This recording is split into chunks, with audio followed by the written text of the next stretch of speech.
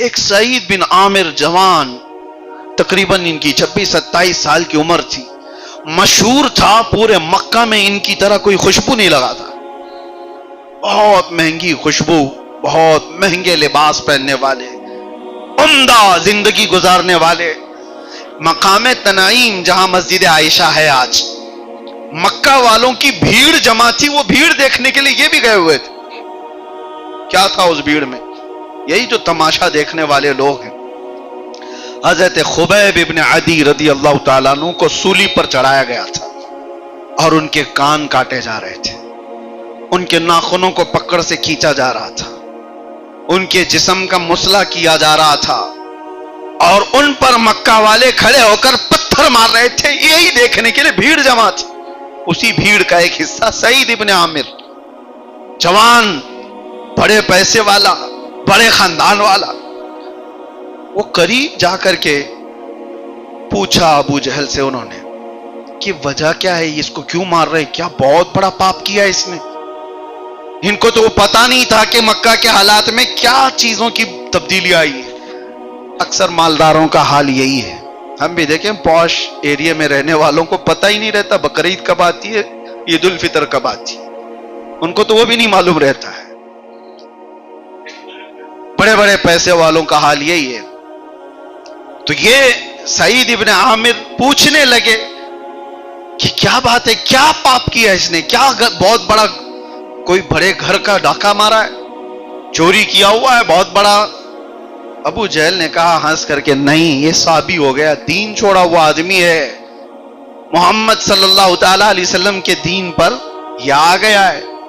تو سعید ابن عامر نے پوچھا وہ کیسا دین ہے کہ جس کی وجہ سے یہ مان نہیں رہا ہے اور آپ سب مار رہے ہیں، اس کو سب مار رہے ہیں؟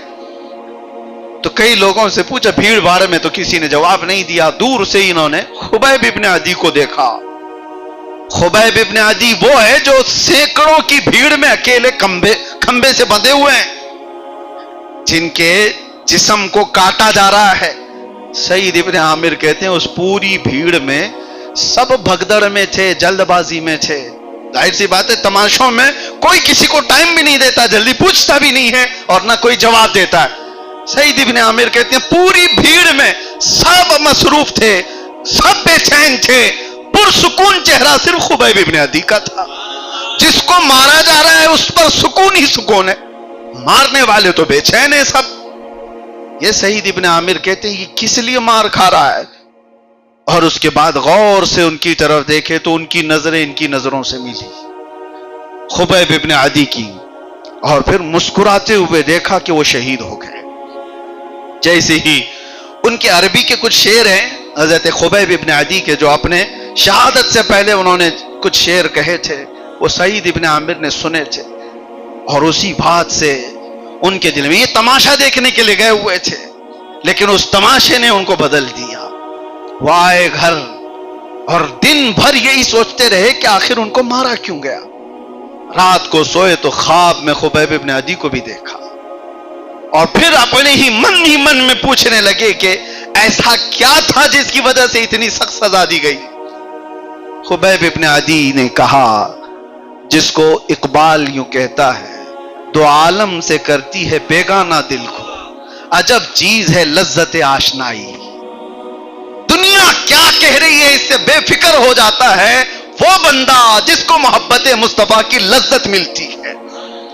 اب کون کیا کہہ رہا ہے، کون کہاں لے جا رہا ہے، کیسے گھسیٹ رہا ہے، کچھ فرق نہیں پڑتا، ایک بار وہ لذت جس کو مل جائے، وہ لذت آشنائی، حضور سے محبت۔ خبیب ابن عدی کی یہ بات پر سعید ابن عامر صبح بیدار ہوئے اور اس کے بعد کہا مجھے جلدی سے اس حبیب کے پاس لے چلو۔ نبی اکرم صلی اللہ تعالی علیہ وسلم کے دربار میں آئے اور کلمہ پڑھا، داخل اسلام۔ تماشا دیکھنے کے لیے گئے تھے اور خود ایک بہت بڑے مالدار۔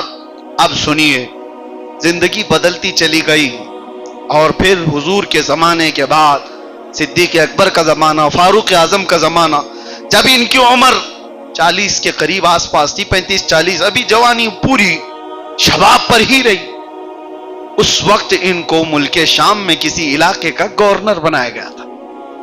سعید ابن عامر کو گورنر بنایا گیا۔ گورنر بنانے کے 6 مہینے کے بعد ہی علاقے کے لوگوں نے شکایت کی امیر المومنین عمر ابن خطاب سے، وقت کے گورنر کی، وہاں کے گورنر کی شکایتیں آئی. وہ شکایتیں بھی سننے کے قابل ہیں.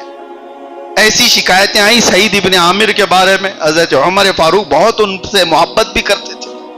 کہا آپ نے جس کو گورنر بنایا ہے وہ تو ایسا ہے کہ جب ہمارے معاملات ہوتے ہیں تو 8 دن میں ایک بار غائب ہو جاتا ہے، کسی کو پتہ بھی نہیں رہتا، چھٹی کر جاتا ہے، پتہ ہی نہیں چلتا. اور اس کے بعد دن میں اتنا حصہ یہ ہمارے معاملات سنتا ہے، رات کو اگر کچھ بھی مسئلہ ہو تو یہ دیکھتا ہی نہیں ہے، سنتا ہی نہیں ہے، کچھ بھی نہیں. یہ شکایتیں تھی، کیونکہ پبلک ڈیمانڈ تو یہی ہے 24 گھنٹے ہونا چاہیے. تو سعید ابن عامر کی ایسی کچھ شکایتیں تھی. حضرت عمر فاروق رضی اللہ تعالیٰ عنہ خود چل کر کے آئے معلوم کرنے کے لیے کہ ان کی شکایتیں کیا ہیں. تو جب سارے لوگوں نے شکایت کی تو سعید ابن عامر کو بلایا اور کہا تمہارے بارے میں یہ باتیں ہیں، کیا جواب دیتے ہو؟ وہ سر جھکائے اور کہا پہلی بات تو یہ ہے دن میں میں ان کے معاملات سنتا ہوں، پوری رات میں اللہ کی بارگاہ میں کھڑا رہتا ہوں، میرے پاس دوسرا وقت نہیں، اور میں اپنے رب کے حضور جب کھڑا ہوتا ہوں تو انسانوں سے بے تعلق ہو جاتا ہوں. دوسری بات تم 8 دن میں ایک بار غائب ہو جاتے ہو. یہ بات ہے پتے کی میرے عزیزوں. وہ شرماتے ہوئے کہتے ہیں اس کا جواب نہ لیں تو اچھا ہے. کہا نہیں جواب تو دو اس کا. سعید ابن عامر کہتے ہیں یا امیر المومنین میرے پاس صرف ایک جوڑا لباس ہے، 6 دن تک پہنتا ہوں، 7ویں دن نکال کر کے دھوتا ہوں تو میرا سطر پورا نہیں ڈھکتا. جب لباس دھل کر کے سکھ جاتا ہے تب میں پھر پہن لیتا ہوں. میرے پاس ایک لباس کے علاوہ کچھ نہیں ہے. لوگوں کی آنکھوں میں اتنے آنسو تھے کہ سب ٹپکنے لگ گئے کہ عمر ابن خطاب نے کہا کہ تم جانتے ہو جس سعید ابن عامر کی یہ حالت آج تم دیکھ رہے ہو، میں نے مکہ میں اس کی جوانی بھی دیکھی ہے، مکہ میں اس کی جوانی دیکھی ہے. ارے یہ جس راستے سے چلتے لوگ کہتے یہاں سے سعید ابن عامر گیا ہے، یہ حالات تھے ان کے. اور مصطفیٰ کریم صلی اللہ علیہ وسلم کی صحبت نے ایسا بدل دیا. تماشے کہاں ہیں، بے حیائیاں کہاں ہیں، وہ دنیا کہاں ہے، سب کچھ ختم ہو گئی، وار دی. آج یہ باتیں آپ کے سامنے اس لیے عرض کر رہا ہوں، اس دنیا میں رہو اسی طرح سے جیسے بزرگوں نے فرمایا کشتی سمندر میں چلے تو اچھی ہے، لیکن پانی اگر کشتی میں آ گیا تو وہ ڈوب جاتی ہے. انسان کو دنیا میں ایسی ہی رہنا ہے. دنیا میں رہو، کھاؤ پیو پہنو جتنی اللہ نے استطاعت دی طاقت دی، لیکن پوری دنیا لے کر اپنے دل میں بساؤ گے پھر ڈوب جاؤ گے، غرق ہو جاؤ گے. ان بے حیائیوں میں تمہارا کھیل ختم ہو جائے گا. یہ تمام چیزیں بہت جلدی تم ہار جاؤ گے. وقت بہت کم بچا ہے ہمارے پاس، جانے والے جا رہے ہیں اور پھر ہماری زندگیاں بھی بہت تیزی سے بڑھ رہی ہیں. ایسا لگتا نہیں کہ ہم کئی سالوں پہلے یہاں کھڑے ہوتے تھے اور ہماری بھی یہ تمام حالات دیکھ رہے ہیں. بچے ہمارے سامنے کے اب وہ چچے ہو چکے ہیں، اور جو چچے تھے پہلے اب وہ سفید ہو گئے ہیں. اور کچھ لوگوں کو اللہ تعالیٰ تو یہ فرصت دیتا ہے سفید ہونے تک کی، کچھ لوگوں کو یہ مہلت ملتی ہے بڑھاپے تک پہنچنے کی. ہر کوئی اس انتظار میں نہ رہے کہ میں بھی بڑھاپا پا کر کے جاؤں گا. نہیں ہے. بہت سے جوانوں کے جنازے جاتے ہم نے دیکھے، بلکہ جوانی پر پہنچنے سے پہلے ہی دم توڑتے ہوئے بھی لوگ گئے. اور ہر دن ہم کوئی جنازہ اٹھاتے ہیں اور کسی کو دفن کر کے چلے آتے ہیں. میرے عزیزو بہت تیزی سے ہم اپنے آخری سفر کی طرف بڑھ رہے ہیں. بالوں کی سفیدی، جسم کی کمزوری، کمر کا درد، دانتوں کا ہلنا، فرمایا گئے سب اللہ کی طرف سے بھیجے گئے پیغامات ہیں. بار بار تجھے رب تعالیٰ یہ پیغام بھیج رہا ہے کہ تیرے آنے کا وقت قریب ہو چکا ہے. اور اکثر ہمارے بزرگان دین تو یہ کہتے تھے 40 سال کی عمر میں پہنچتے ہی انسان کی اثر ہو جاتی ہے اور بس مغرب کے لیے کتنا وقت بچا. اثر ہو گئی، بہتوں کی اثر ہو چکی ہے. اب انہیں اثر اور مغرب کے بیچ میں زیادہ تماشے نہیں کرنے چاہیے. انہیں فوراً رب العالمین کی بارگاہ کی طرف اذان مغرب کا انتظار کرنا ہے. مغرب کا سورج اتنی تیزی سے ڈھل جاتا ہے، غروب ہو جاتا ہے، پتہ بھی نہیں چلتا، اسی لیے عصر اور مغرب کے بیچ میں لمبا ٹائم بھی نہیں ہوتا۔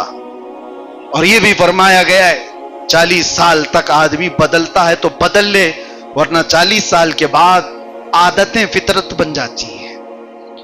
جو چیزیں چھوٹ گئی لیکن وہ 40 سال کے بعد پکی ہو جاتی ہیں اور وہ پھر فطرتیں بن جاتی ہیں۔